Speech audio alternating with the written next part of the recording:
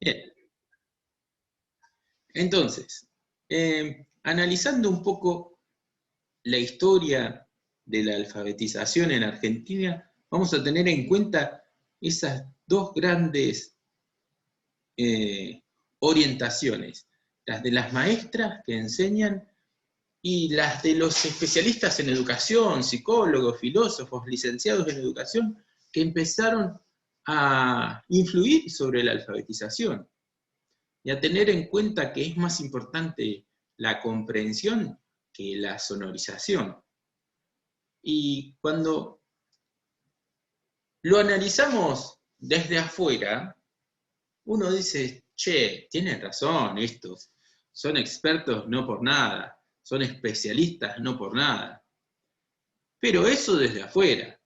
Cuando el chico no puede leer la palabra eh, malo, y vos decís, pero si recién se la leí, recién leímos un texto y no la puede identificar en el texto, ¿cómo? Y claro, ni siquiera puede arrimarse a la extensión de la palabra, ni siquiera le suena la A, ni siquiera le suena la O, no puede fragmentarla en el aire cuando se la decimos oralmente. Es un tema bastante difícil el tema de alfabetizar. Y no es lo mismo estar sentado atrás de un escritorio que arremangarse y sentarse en el salón con 30 chiquitos que, como dijo la maestra, 15 saben leer ahora, porque llegan a primero que 15 saben leer y hay otros 15 que nada. Entonces, estas prácticas del lenguaje, lo bueno es que uno puede avanzar con textos para todos, porque hay 15 que saben leer, y con esos 15 no vamos a tener ningún tipo de problema.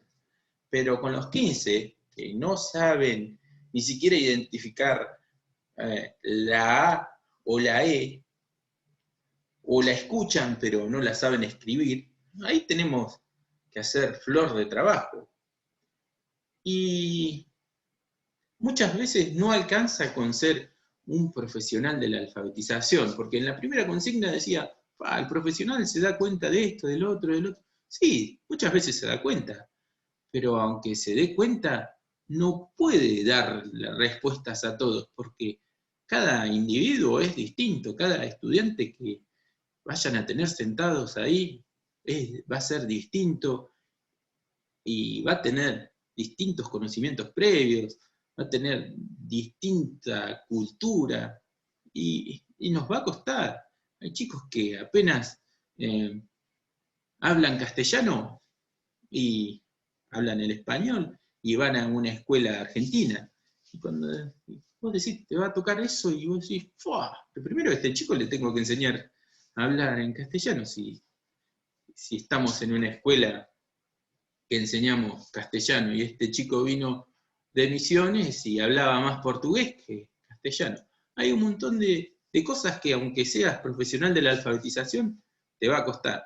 La consigna 1 decía, realizar un mapa conceptual del recorte de la historia de la alfabetización. Bueno, ya más o menos hablamos del tema de la alfabetización y de cómo la palabra generadora en Argentina estuvo muchísimos años liderando un método de alfabetización que hasta costó sacar. Y digo costó sacar porque realmente las maestras dijeron, no, vino Emilia Ferreiro y nos complicó a todos, porque nosotros con la palabra generadora le enseñábamos todo y con Emilia Ferreiro, ahora que decían que no hay que corregirle a los pibes, hay una parte del video que dice la maestra, no es que no hay que corregirle a los chicos, hay que corregirlos cuando ya están alfabetizados, pero antes no, porque todavía no es que se equivocan o que sean disléxicos, sino que es un proceso alfabetizarse y hay distintos niveles conceptuales, el presilábico, el silábico alfabético, y recién en el alfabético hay que empezar a corregirles esas palabras que escriben mal, porque si se las corregimos antes... Sí, Agustina, estabas diciendo algo. Bien, Entonces, si se las corregimos antes, puede ser que estemos corrigiendo un nivel conceptual, y no. Esos niveles conceptuales los van a ir superando a medida que van trabajando. Después dice, analizar las frases de las maestras y relacionarlas con el alfabetizador amateur y profesional. Una, dice, la maestra 1 dice, era más de manual mi trabajo, recién salía del profesorado y tenía muchas cosas de manual. Me guiaba por el libro, trabajaba mucho lo que es el libro, la continuidad del libro, la secuencia del libro, la secuencia didáctica del libro y con el diseño curricular. ¿Qué es lo que le pasó a esta maestra? Súper libre. No podía poner en práctica su creatividad, o sea, era todo basado a partir de lo que el libro decía. Es que, Agustina, cuando vos recién te recibís, la creatividad la tenés con los grandes, pero con los chicos... Claro, eso te iba a decir yo, como que me siento yo recibida y diciendo, buscando mis fotocopias que tengo que hacer y siguiendo todo al pie de la letra. Y es más, creo que, porque yo leí después el trabajo y me tomé el tiempo de escribir tal cual lo que decían todas las maestras, y después me di cuenta que estaba ahí escrito, y dijo que era recién recibida cuando empezó, y estaba hablando de esa experiencia. Yo lo agarré de ese lado, como recién estaba recibida, seguía todo al pie de la letra. Es verdad, seguís al pie de la letra. ¿Qué? ¿Alguien está hablando? No, Ay. yo. Además, esa misma maestra, o sea, plantea esta situación que le pasa a ella al principio y después plantea que con los años cambió toda esa forma de ella de trabajar, que pudo desprenderse de los libros y demás, o sea, que con la práctica fue, o sea, era también como hablaste vos en el video anterior de amateur profesional, que vendría a ser, que no solamente se trataba ni de la práctica ni de la teoría, sino como que había que combinar ambas. Bien, Aiza, ¿qué ibas a decir? No, sí, justamente más o menos pareció lo que decía Mayra, que yo lo tomé de esto del profesional y del amateur, por ahí me dio más que esa docente, por ahí le hacía falta la experiencia. No sé si tiene que ver mucho con la creatividad, porque quizá era una docente creativa, pero por ahí con esto de que cuando uno recién se recibe es como que le cuesta correrse de la teoría de eso que uno considera que es así, que se debe ser así. Sí, y cuando se reciban ustedes no se van a tener totalmente confianza, ¿no? Van a decir, voy a llevar esto, si da, si sale, sale.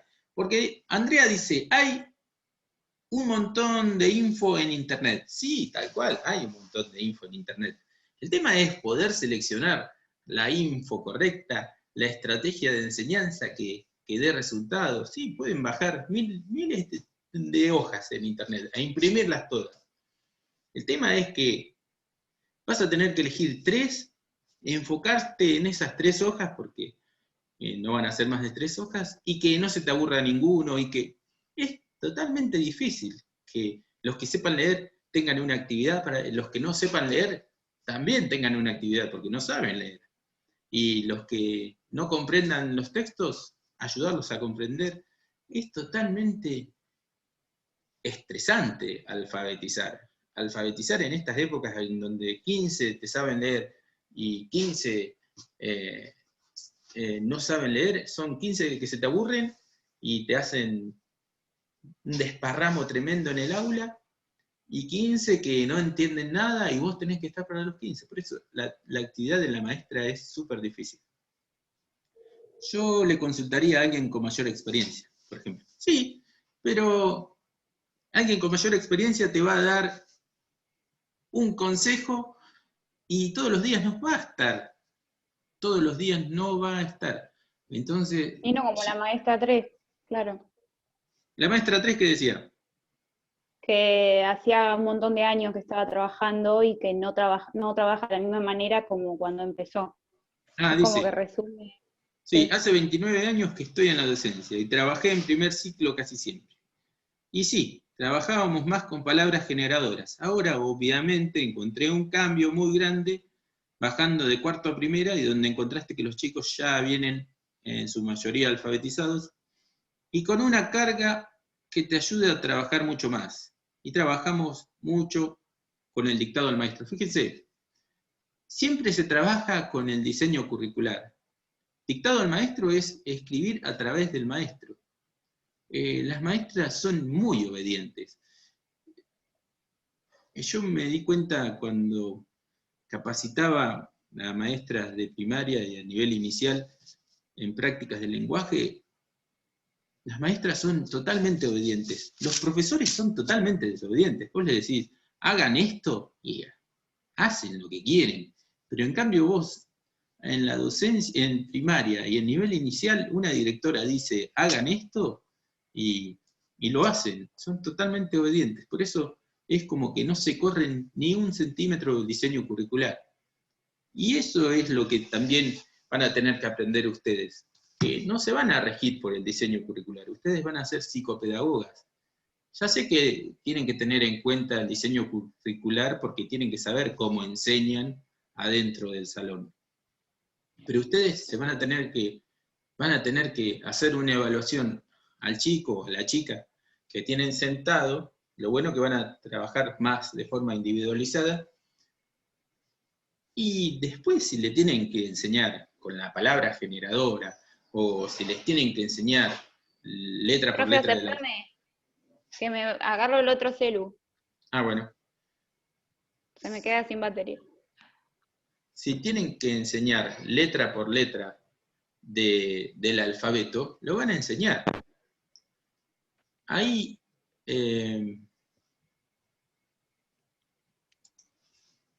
hay varios casos en que se trabaja con el alfabeto en prácticas de lenguaje. Y en el contexto, tienen el contexto alfabetizador en el salón, está también. O sea, ¿cómo? ¿No trabajan con las unidades mínimas, los elementos mínimos de la lingüística? Sí, trabajan. El hecho que esté el alfabeto con las imágenes y las letras, también se está trabajando la parte alfabética.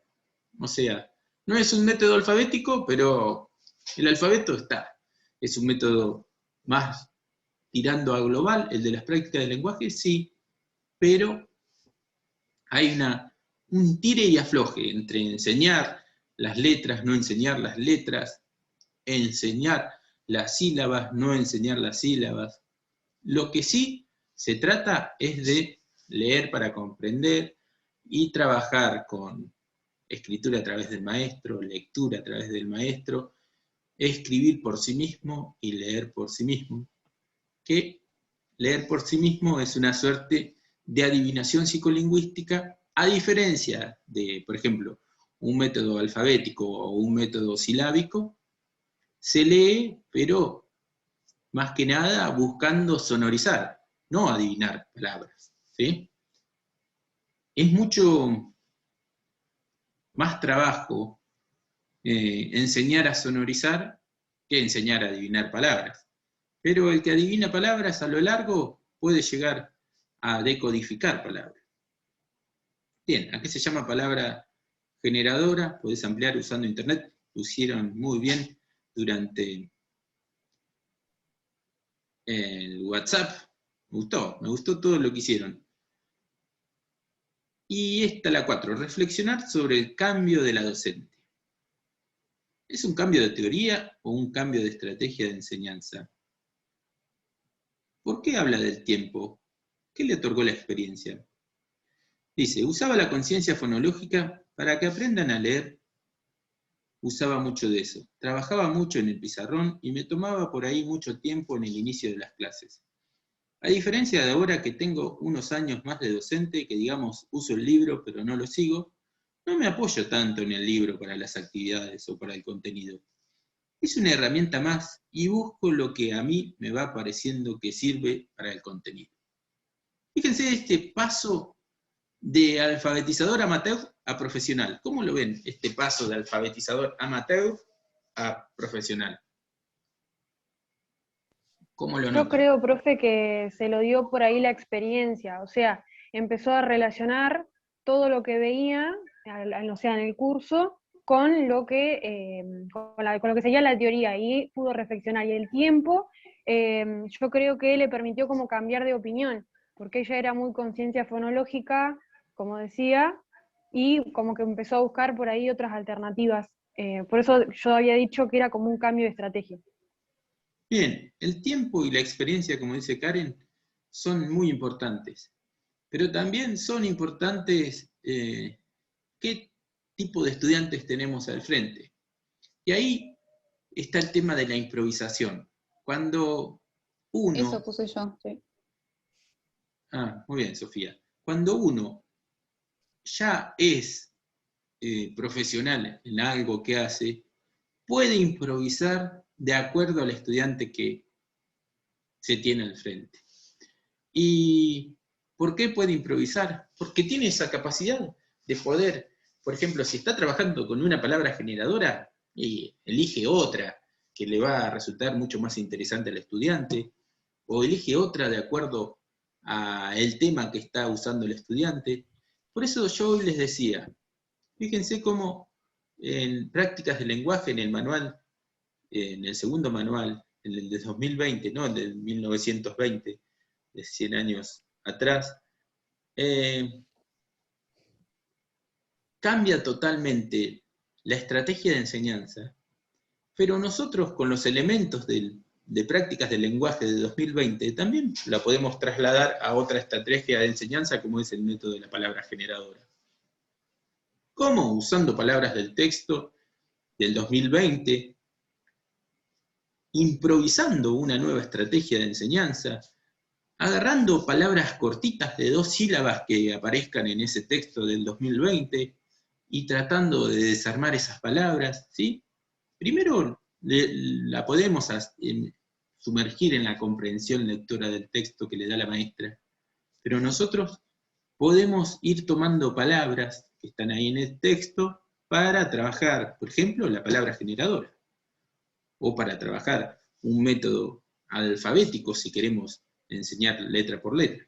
Un libro se toma como guía, dice Andrea, es un material más, un recurso humano. El recurso humano es valioso también. Sí, por supuesto, el recurso humano es lo más valioso. Justamente ahora muchos se dan cuenta de lo que es el recurso humano en este tema de la virtualidad.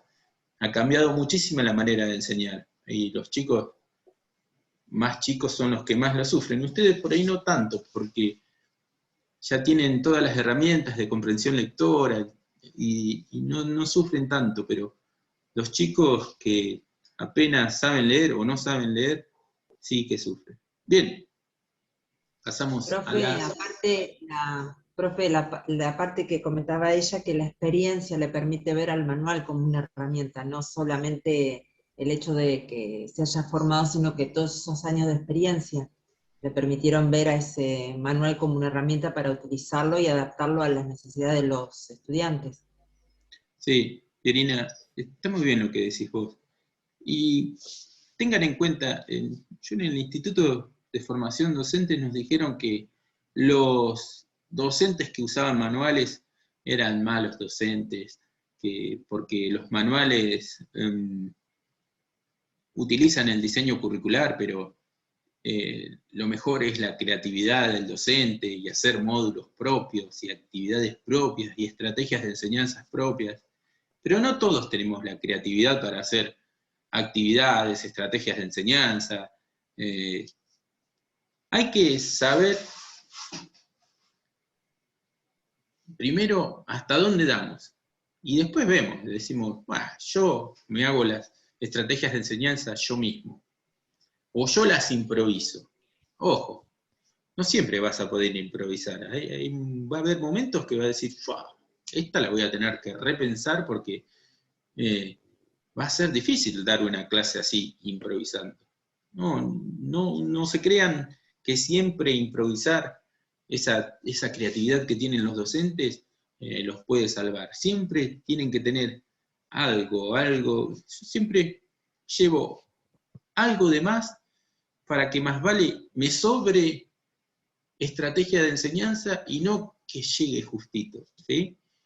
Eso es lo que tienen que tener en cuenta. Si ustedes van, no sé, imaginen que lo llaman una madre y dicen, mañana podés empezar con mi nene que no sabe leer, ¿Y van a improvisar? No. Ya llevan alguna actividad, no sé, de reconocimiento, alguna palabra generadora. Van a llevar alguna estrategia de enseñanza preparada para el nivel presilábico, si está presilábico, una para el nivel silábico, si está silábico, y una para el nivel silábico alfabético. Porque si no sabe leer, está en alguno de esos 3 niveles. Entonces, tenés que estar preparado. Si está en el nivel presilábico, saco esta estrategia de enseñanza que tengo, en donde le hago actividades para que se dé cuenta cuál es la palabra más extensa y cuál es la palabra más corta. Y además aprovecho a enseñarles las vocales porque no tienen ni idea. ¿Sí? Si está en el silábico, voy a aprovechar y voy a estoy trabajando con la palabra generadora y les voy a hacer formar sílabas y que no se olvide de lo que se pronuncia la consonante con la vocal y se la voy a remarcar bien. ¿Sí? Entonces, y si está en el silábico alfabético, joya. Voy a hacerle reflexionar sobre palabras parecidas como pico y poco, y para que esté consciente de cuando le falta una letra que puede decir otra palabra. Entonces, uno tiene que ir con estrategias. 3 estrategias. O 3 fotocopias llevaría yo a la casa de ese niño que no sabe leer. Y en esas 3 hojas voy a tener mis 3 estrategias preparadas. No siempre improvisar es bueno, porque cuando uno improvisa mucho, se queda corto. Muchas veces se queda corto y va a decir, ¿ya te vas, señor? Sí, se me cortó la improvisación, no tengo más para improvisar. Y no, siempre hay que tener alguna estrategia. El ida y vuelta es espontáneo en el auto.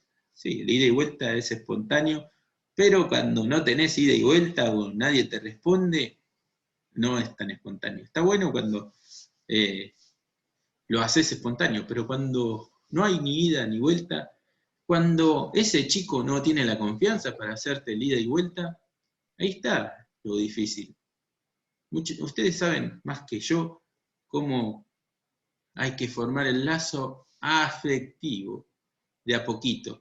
Más que yo, eso lo saben, porque tuvieron 4 años de formación y eso es muy difícil. Esa confianza, ese ida y vuelta, no se gana en la primera clase. He tenido nenes y nenas de particular que no abrían la boca. Y después le haces un par de chistes y chao, decís, wow. En el curso del primer año de secundaria, los chicos llegan y no abren la boca, tienen un miedo, un respeto al docente hasta que entran a mi salón y chao, empiezan a hablar, hasta con barbijo hablan. Y decís, ¿cómo lo haces hablar? Digo, qué sé yo, no sé cómo los hago hablar, pero sobre todo en las escuelas de campo, los chicos tienen un respeto por el docente tremendo, ni hablan. Pero cuando los haces hablar, hasta los que menos pensás que hablan, hablan. Bien, la 5 dice, explicar por qué la maestra 4 realiza la siguiente aclaración. La psicopedagogía me dio una fundamentación teórica a lo que yo pensaba como maestra y observaba en los chicos. De todos modos, decidí continuar siendo maestra de grado y poner en juego la comprensión teórica. Pero para el aprendizaje de chicos en el grado, que es muy distinto a un trabajo de psicopedagoga. Ahora les quiero hablar. Yo Escuchar. puse, que no sé si está bien, Sí. puse como, porque era esa maestra que decía André que se había especializado en psicopedagogía, que le había interesado. Sí. Puse como que la docencia quizás se asocia más al hecho de alfabetizar y la psicopedagogía tiene más un lado más psicológico que entra más en la subjetividad del niño, en el contexto, en eso, y capaz la docencia no sé, capaz estoy errada, pero lo agarré por ese lado. No te digo que está cerrada, pero el docente también utiliza mucho la psicología y todo eso. Pero, ¿qué más le pueden agregar? ¿Por qué es diferente? ¿Por Yo qué? lo que pensé cuando la escuché, por ahí la psicopedagogía también, por lo que yo estuve viendo a lo largo de esta carrera, ¿Sí? a ver si algún chico tiene alguna dificultad, no sé, dislexia, discalculia, o lo que fuere, como que con esto te podés dar cuenta, quizás porque nosotros hemos visto, no sé, si presenta dislexia sabemos que tiene esto, por ejemplo. Yo lo agarré de ese lado, que quizá la docencia no se lo permitía ver y la psicopedagogía le dio, como ella dice, la fundamentación teórica. Sí, pero muchos docentes, sobre todo los docentes con experiencia, también se dan cuenta de esas cosas. ¿Qué más? Yo lo que Yo puse... puse... No, habla vos, no hay problema. No, yo lo tomé por ahí más del lado este de que, a diferencia por ahí del docente, nosotras como psicopedagoga lo que hacemos es como tratar a cada chico en particular, ¿no? Como algo singular, y por ahí el docente es como que está con todos al mismo tiempo y no puede observar a uno en particular, ver por qué no aprende, o tener en cuenta a ese niño. Y nosotras vamos a hacer un trabajo como más específico, y también lo tomé como esto de que hablábamos el año pasado, que vamos a tener que hacer aquello que el docente no pudo, por ahí tomar esta parte poco significativa, como que lo diferencié desde ese lado, pero lo que más marqué es esto, que nosotros vamos a trabajar con un chico en particular y vamos a enfocarnos en ese chico, y el docente no es como más abarcativo, está con todos. Sí, Es como Sí, que nos yo relacionamos, iba ¿no? a decir lo mismo. Sí, yo iba a decir lo mismo que a Ixa, o sea, que había puesto eso, como que el docente tiene que trabajar con un grupo de chicos que, bueno, ahora en pandemia no, pero en la normalidad eran por ahí en un salón 30 al mismo tiempo.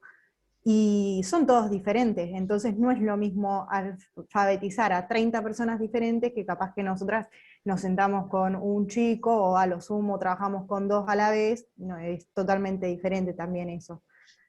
sí. Y además se sientan con uno o con dos, pero ese uno y dos son los que más les cuesta alfabetizarse. O sea, si les mandan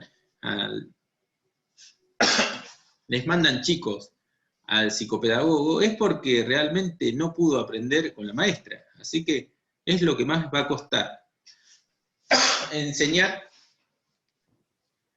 a estos chicos.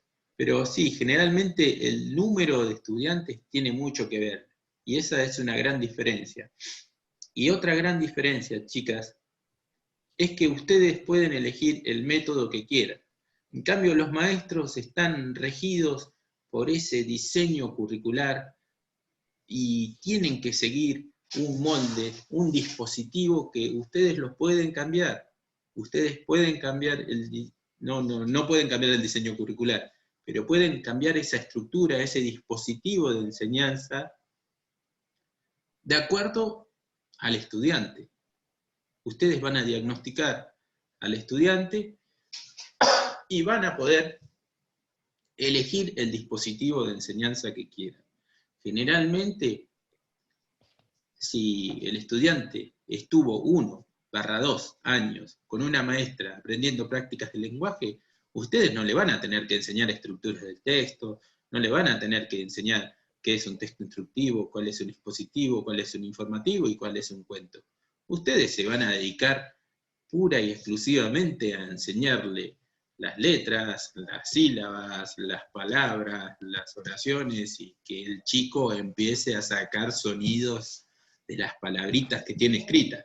Que eso es lo que le falta, que el chico saque sonidos de las palabras. Y parece una cosa tonta, pero es lo más difícil que le puede llegar a pasar a un psicopedagogo, enseñar a sacarle sonidos de esas palabras. Y con estrategias de enseñanza que por ahí no son las que están legitimadas dentro de las prácticas del lenguaje. Por eso, cuando la maestra dice, yo en psicopedagogía tengo teorías, entonces en las teorías unos aportan, bueno, distintos enfoques. En prácticas de lenguaje es un enfoque totalmente sociolingüístico, es social, totalmente social, comprensión lectora, el contexto social que lo rodea al texto, ¿sí? Hasta se aprende a leer con el contexto.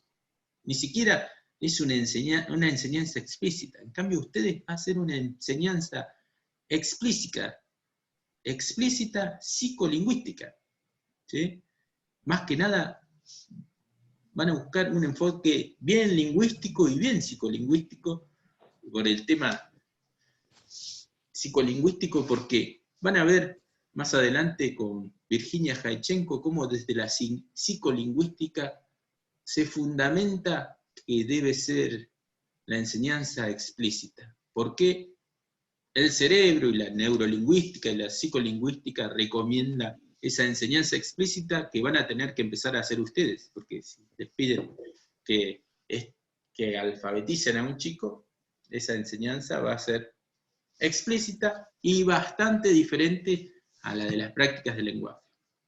Eso no implica que tengan la capacidad de poder relacionar los textos que esté usando el nene o la nena en primero o en segundo con la maestra, y ustedes trabajen con los elementos más pequeños de la lingüística, ¿sí?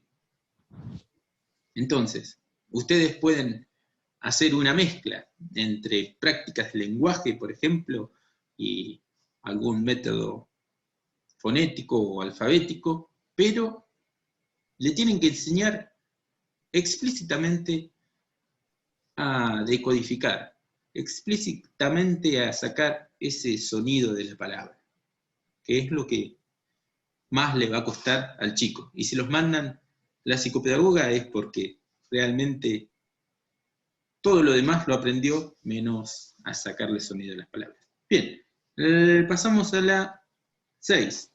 Analizar lo que dicen las entrevistas de Emilia Ferreiro, y pensar por qué sus ideas desplazaron a métodos como la palabra generadora. ¿Se avanzó en el modo de alfabetizar? Hay una visión muy instrumentalista que piensa lo mismo desde hace tantas décadas que da hasta lástima decirlo. Dice, primero vas a aprender la mecánica de las correspondencias grafofónicas. Y para eso, mejor que ni pienses porque es un ejercicio mecánico de asociación de correspondencias. Una gran crítica, asociación mecánica. Después vas a aprender de corrido, y después vas a entender lo que estás leyendo. Y después quizá te venga esa cosa desde algún milagro llamada placer por la lectura. En realidad, el placer por la lectura entre los chicos que tienen lectores a su alrededor es lo primero que se instala. Es lo primero, no lo último. Bien, nos quedan 3 minutos para despedirnos con Emilia Ferreiro. Fíjense la crítica que hace Emilia Ferreiro. Arrancar desde lo grafofónico, después pasar ese ejercicio mecánico de correspondencias, después vas a aprender a leer de corrido y después vas a entender lo que estás leyendo y después vas a sentir placer por leer. Es una gran crítica al método alfabético, al método fonético.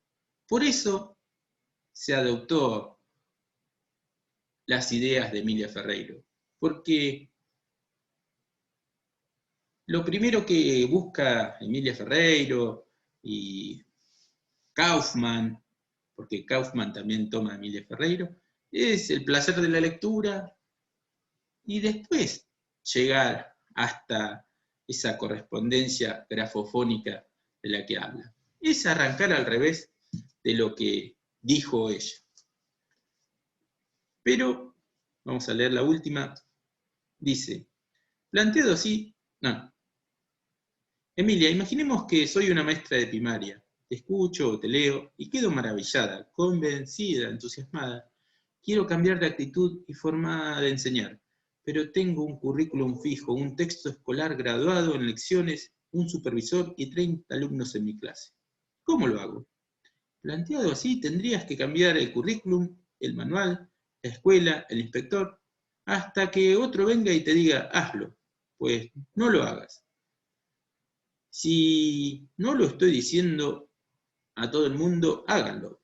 Pero si estás insatisfecha con tu práctica, puedes animarte a cambiar, como muchas maestras lo han hecho, y en circunstancias difíciles, porque se trata de un profundo cambio de convicciones, junto con un compromiso por el aprendizaje de todos tus alumnos. Cuando cambias de método, tú, maestra, no cambias. Pero aquí se trata de una revolución conceptual que te afecta a ti, maestra, en tanto profesional e inteligente. Bien, Emilia Ferreiro tenía la capacidad de poder convencer con lo que decía, y realmente convence, porque realmente es más significativo el placer de la lectura, la comprensión lectora, que sonorizar una palabra. El tema es que muchos de los chicos van a quedar con el placer de escuchar una lectura, comprender solamente cuando se las leen, pero no van a tener esa autonomía de poder leerla y comprenderlos ellos mismos. Y eso es lo que tenemos que darle a los chicos, la autonomía, la independencia